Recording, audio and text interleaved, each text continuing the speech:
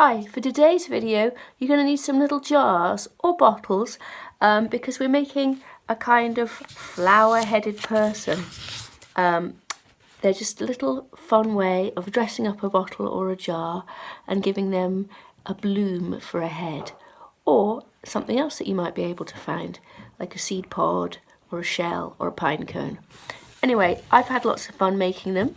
This is a man one, this is a lady. You're going to need some paper and some pencils, some glue and some scissors. I think it's going to be fun. So here's my little flower fashion show. Now this is a way of dressing up your bottle or your little jar to make dinner or breakfast more exciting for someone.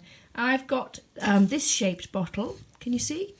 And it sort of depends on what shape bottle you have, how you make the clothes, what shape you make the paper. So I've got some different shapes here. Can you see this one? It's kind of like a kimono, and I've collaged that. And I would glue that onto that one. And then I've got this one, which is more like a crazy David Bowie pantsuit. And I've got that flowing down. I'll probably bend that a bit when I stick it down. Now you can try all kinds of shapes. This one is interesting too. This is a sort of thin, long dress, and I'm rather fond of that. I like the way that looks. I'm going to swap that around. I'm going to take this rose off, and if you had no flowers, you could also use maybe something like a weird old shell or something that would make a funny head for something, and you could make that. That's a kind of a funny head, isn't it? Or I've got this nice kind of a seed pod here. Sort of a slightly scary head. What clothes should we put on that? Let's try this. Oh, it's rather a nice blue kimono. And I'd probably glue that so that it was back a bit, so that it went round a bit like that. So you can glue it down so that the bottle is slightly fitted to the clothes. That's a bit better maybe. Bring that one a bit forward. I'll show you what I mean. I think I would glue it so that it was a bit more like that, pinched down.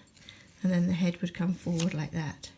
And we could try a different flower. We could try this rather garish lily. And we could pop him forward a bit. That's good. And I might try... I thought I had some different clothes. I know what. I'm going to try that on this outfit here, which is another collaged one. I'm going to take that out and I'm going to put this in. And that is...